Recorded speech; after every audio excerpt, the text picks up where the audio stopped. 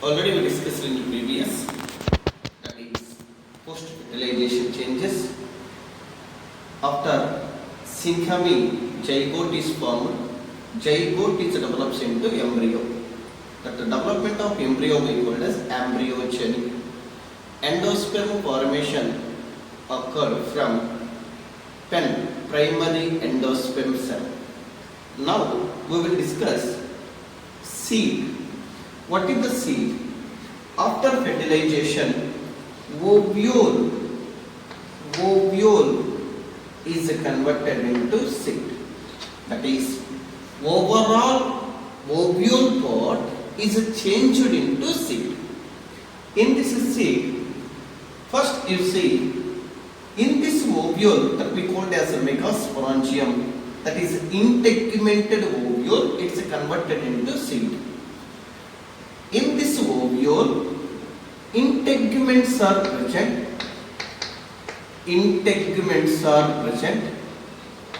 These integuments are converted into seed coat. Seed coats are, it's very hard, it's protective structures. It's very hard and very thick. It's protective for that inside of the embryo. That in the gymnosperms one integument is present. This one integument is develops into single seed coat. But in angiosperms, two integuments present that we call as a bitegmic ovule. These two integuments are converted into seed coats. That is, outer seed coat is converted into testa. What you call? Testa. Inner integument is converted into tegmen. Outer is converted into testa. Inner is converted into tegmen. That's why seed coat, example, if you take seed, one seed I am taking, one seed is developed from the ovule. Seed is consist of cotyledons.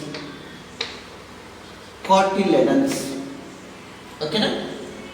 Second, seed coats.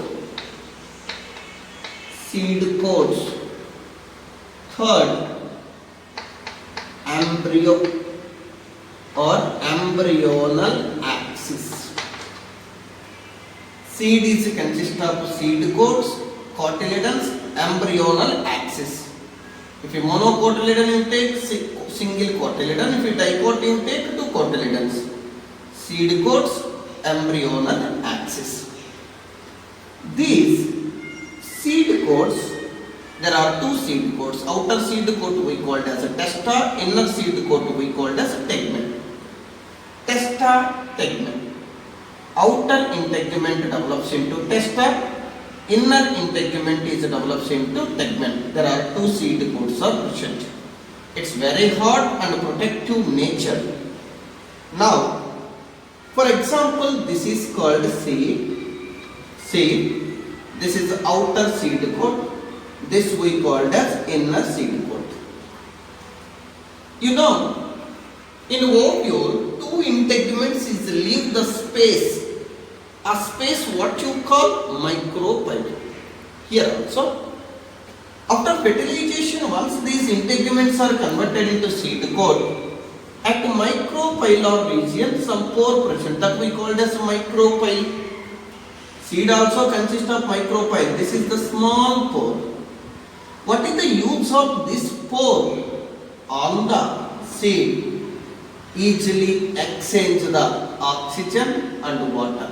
Means this micropyle is the responsible for the allowing of water and oxygen for the seed germination. That purpose micropyle is helpful. Another seed coats, testa, tegmen. Second, come to cotyledons. These cotyledons, it's very, if you take leguminous plants, Leguminous plants you take two cotyledons present. This is fleshy cotyledons. Fleshy, bulged, swollen cotyledons. Groundnut you take. Groundnuts once open to swollen cotyledon, bulged cotyledons are present. It consists of more amount of stored food materials. Stored food is present in these cotyledons. You know, once a seed is germinated, two cotyledons are first to come out. Two cotyledons. That is called seed leaves. What you call this? Seed leaves. Seed leaves is also called as cotyledons. We called as seed leaves. These seed leaves are bulged, swollen, which consist of stored food materials. What is the use of these seed leaves? Once germinating time, these seedling they perform photosynthesis. Up to performing of photosynthesis, these seed leaves provide nutrients to the seed. Once this is ready to perform photosynthesis, what is the necessity of this food material? No need. That's why up to this is perform photosynthesis, till this perform photosynthesis, that up to that, these two seed leaves, these are cotyledons, provide nutrients to the seedlings. That purpose, cotyledons are helpful. You know, this is called embryonal axis. Plumule, radical. Plumule is develops into shoot, radical develops into root. Another one is, if you take this seeds are once dehydration occurred. Dehydration means, for example, this is called seed. In this seed, water content is reduced, moisture content is reduced in this seed. How much is reduced in this seed? 10 to 15%.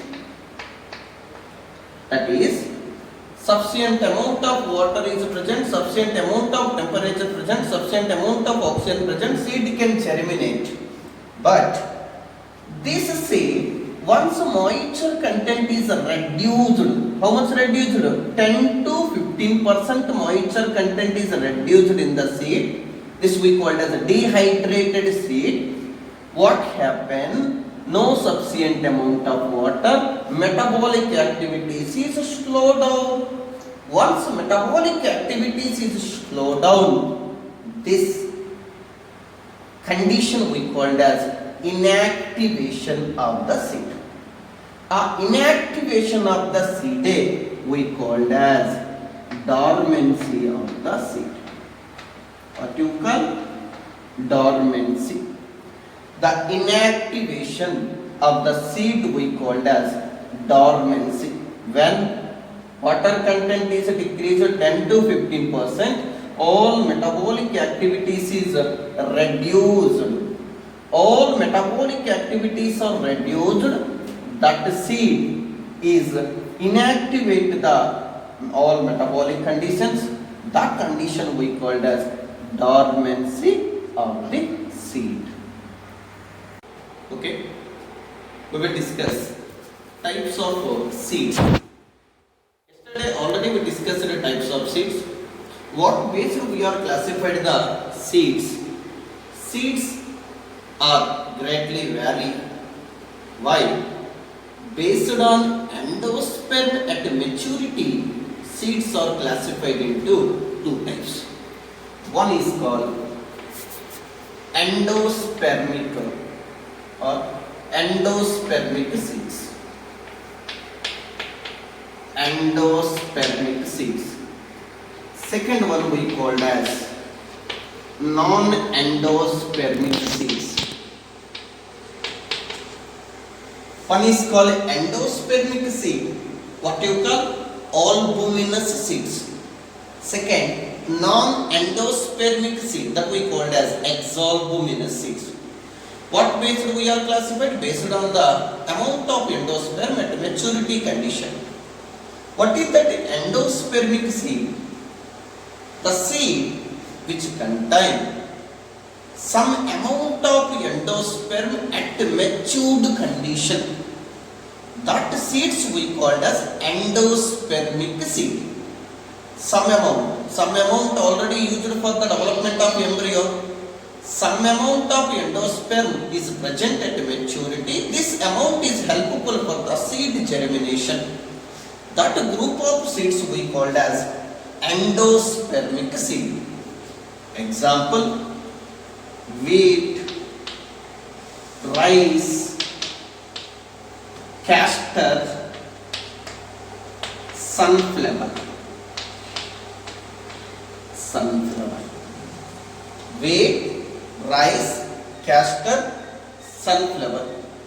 These seeds are called as endospermic seed. Second is non-endospermic seed.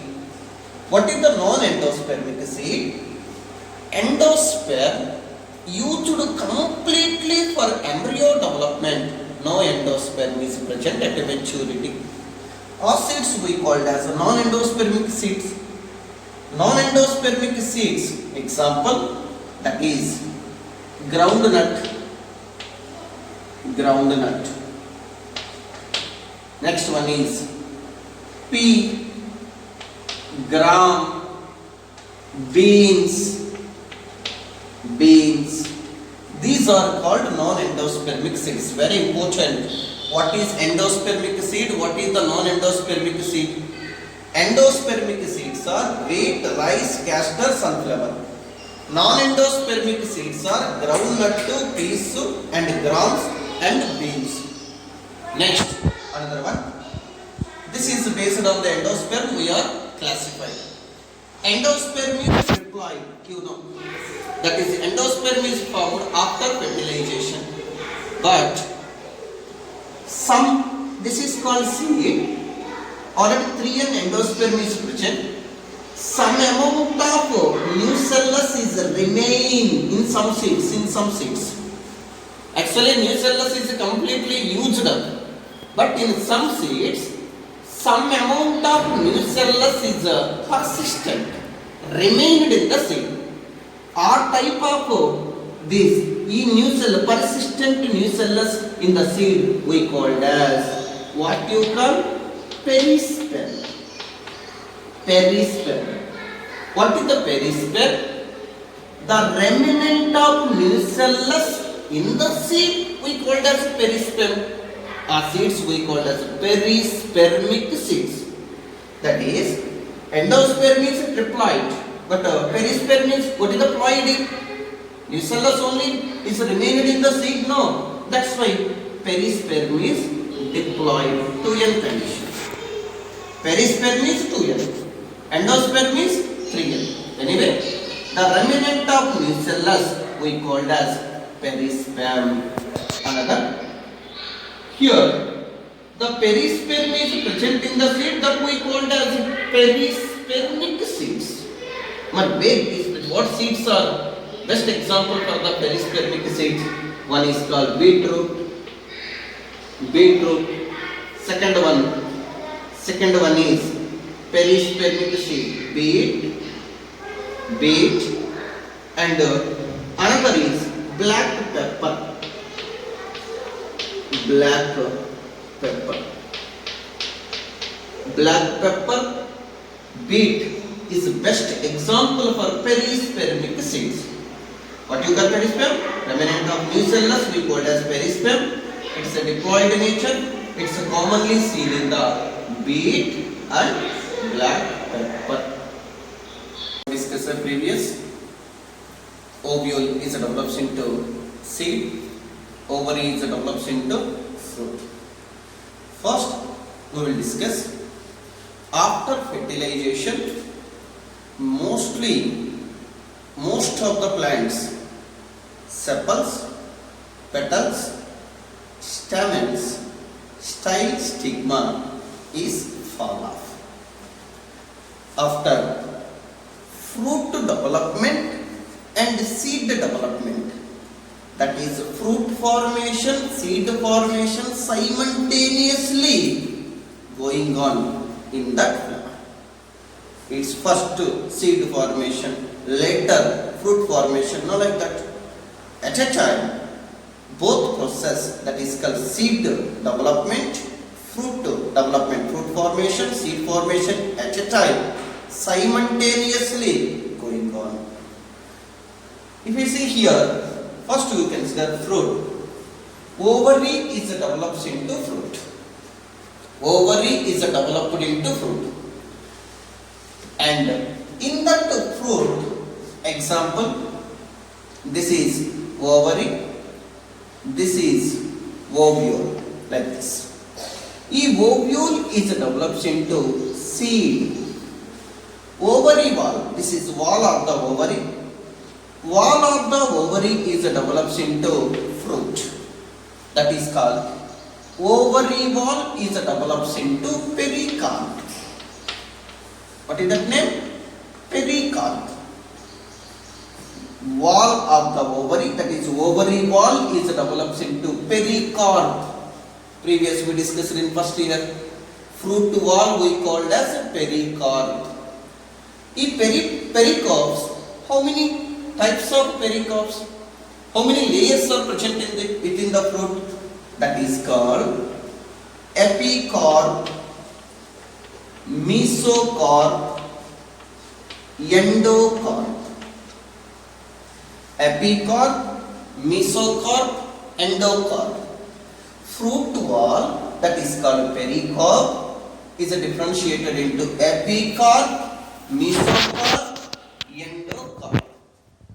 First year we discussed mango. In that tender mango, outer green layer we called as epicarp, middle, that is fleshy part, edible part we called as mesocarp, strong stone cell part we called as endocarp. The fruit which consists of that fruit wall, pericarp, which consists of epicarp, mesocarp, endocarp. 3 layers are present. These fruits are classified into 2 types. What basis we are classified? This is fleshy nature or dry nature. Based on that one, fruits are classified into 2 types. One we call as fleshy fruits. Fleshy fruits. Second one we call as dry fruits. What you call? Dry fruits.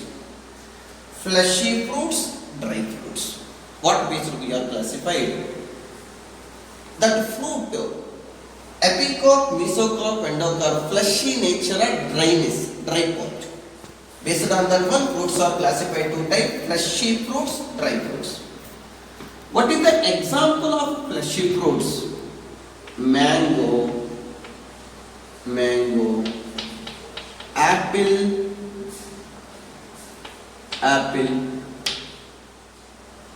guava fruits, oranges. These all are considered as fleshy fruits. But if you take dry fruits, its pericarp is a dried part. Example, groundnut, mustard, these are considered as dry fruits. These are considered as fleshy fruits. Anyway, the fruits are, due to evolution, the fruit's structure is modified, is helpful for the seed dispersal. Like that structure is evolved by step during plant development. Once fruit is developed, fruit is the responsible for that dispersal of seeds. Now, here you see, this is the fruit. Most of the fruits developed from maybe ovary or thalamus. What is that part? That is, based on that one, fruits are classified into, one is called true fruits, Next, second one is false fruits. False fruits. What is the true fruit? What is the false fruit? Here you see. True fruit means true, real fruit. The fruit which is developed from ovary. The fruit is developed from ovary, we called as true fruits. Example, mango, coconut. Or type of fruits, what you call the type of? Such type of fruits we call as a true fruits. False fruits. False fruits. Other floral appendages, other floral part, that name we call as thalamus. Thalamus. Thalamus is the responsible for the formation of fruit. That such type of fruits we called as false fruits. Fruit is developed from ovary, we called as a true fruits. Example, mango, coconut. Fruit is developed from thalamus. Thalamus also responsible for the fruit formation. Such type of fruits we called as false fruits. Example, apple, and another cashew,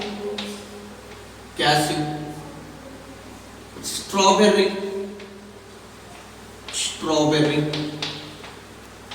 These are the false fruits. False fruits means it's developed from thalamus other than ovary. That type of fruits we called as false fruits. But some of the cases is a special case. Fruit is developed from. Now in case true fruits you take, false fruits you take. Fruits are developed from the after fertilization. What is the result of fertilization? Ovule develops into seed, ovary develops into fruit. It's a rule. The end of the fertilization, fruit is developed. But here, fruit is developed from without fertilization. Possible? Yes, possible. Without fertilization also fruit is developed, but seeds are not formed. Such type of fruits we call as parthenocarpic fruits. Parthenocarpic fruits. What is the parthenocarpic fruits?